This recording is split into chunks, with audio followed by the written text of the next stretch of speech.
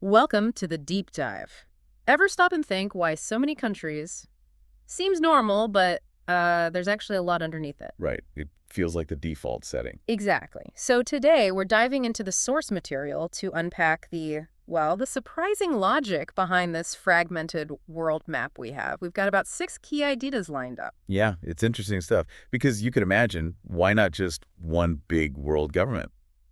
But there are some pretty fundamental drivers pushing against that. Totally. Okay, let's kick off with the first big one. Just the sheer diversity of human cultures. Languages, customs, religions, ways of life. Billions of people, thousands of years. You end up with incredibly unique identities. And countries, well, they often become sort of containers for those shared cultures, right? Absolutely. And imagine trying to get one single government to genuinely represent all of that deep-seated difference. It's a massive challenge. Almost impossible, maybe. You could argue that. And this diversity isn't just like surface level stuff. Different ways of thinking can actually spark different kinds of innovation.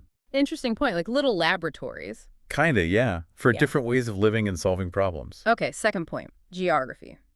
How the land itself shapes identity. Oh, definitely. Mountains, big rivers, oceans, islands. They naturally separated groups of people for ages. And that isolation meant they developed their own ways of doing things. Food, maybe clothes, language. Exactly.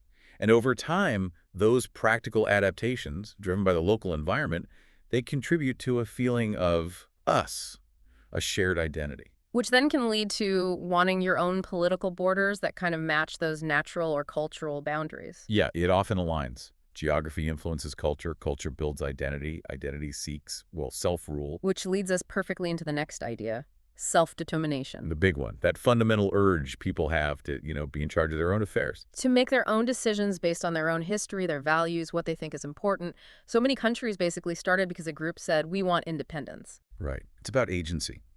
And, I mean, for a government to feel legitimate to its people, it often really needs to reflect their specific needs and will. Yeah. You could see why that drive is so powerful. Makes sense. Then there's the practical side, political and economic autonomy. hmm Every country gets to set its own laws, ideally, control its resources, manage its own economy. And that lets them tailor things, right? Yeah. The source used an example like, what works really well in Finland. Might be completely useless or even harmful somewhere like Nepal. The contexts are just worlds apart. So having separate systems allows for that kind of local fine-tuning. Yeah, it allows for different approaches, different experiments in policy. But of course, that autonomy also creates friction points like trade disputes or arguments over shared rivers, that sort of thing. True, it's not a perfect system. It brings us to number 5, the idea of peaceful coexistence, or at least the attempt at it. Yeah, the ideal, maybe.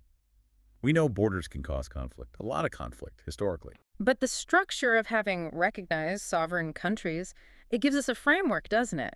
Rules for how states should interact. Think like the UN international treaties. Right. It provides some structure in a really complex world, a way to manage disagreements, even if it doesn't always work perfectly. It's the basis for diplomacy, for international law.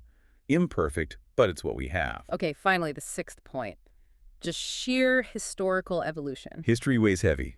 The countries we see now didn't just pop up overnight. No, they're the result of centuries of, everything. Wars, empires rising and falling, colonization, alliances shifting, revolutions. Some borders were literally drawn on a map by colonial powers with little regard for the people there. Others were fought for, bled for in independence movements. So the world map isn't static, it's always been changing, and it's a product of all that messy history. Exactly. It's like a snapshot of a really long, complicated movie. Understanding that past is crucial to understanding why the world looks the way it does now. So wrapping it all up, it seems the reason we have so many countries isn't just one thing. It's this complex mix. Yeah, it's the incredible variety of people, the influence of the land itself, the basic desire to rule yourselves, and just the sheer weight of history. It's maybe messy and definitely not perfect, but it kind of reflects the complicated reality of human societies across the globe. It really does. And, it makes you wonder, as the world gets more connected, technology shrinking distances, global problems like climate change demanding cooperation, how might these sort of long-standing reasons for having separate countries change? Will globalization push us closer together politically, or will these forces of separation continue to dominate? That's something to think about.